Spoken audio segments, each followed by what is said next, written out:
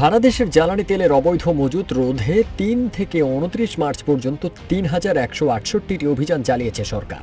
এসব অভিযানে মজুত করা ২,০৮,৬৫০ লিটার জ্বালানি তেল উদ্ধার করা হয়েছে। এদিকে জ্বালানি তেলের অবৈধ মজুত ও পাচারকারী সম্পর্কে স্থানীয় প্রশাসনকে তথ্য দিয়ে সহায়তাকারীকে ১ লাখ টাকা পুরস্কারের ঘোষণা দিয়েছে সরকার। ৩০ মার্চ বিদ্যুৎ, জ্বালানি ও খনিজ সম্পদ মন্ত্রণালয়ের জ্বালানি ও খনিজ সম্পদ বিভাগ এক সংবাদ বিজ্ঞপ্তিতে বলেছে, অবৈধভাবে জ্বালানি তেল মজুত করে বাজারে কৃত্রিম সংকট তৈরি এবং তেল পাচারের সঙ্গে যারা জড়িত তাদের শনাক্ত করতে জনগণের সরাসরি অংশগ্রহণ নিশ্চিত করতেই এই অর্থ পুরস্কার সিদ্ধান্ত নেওয়া হয়েছে।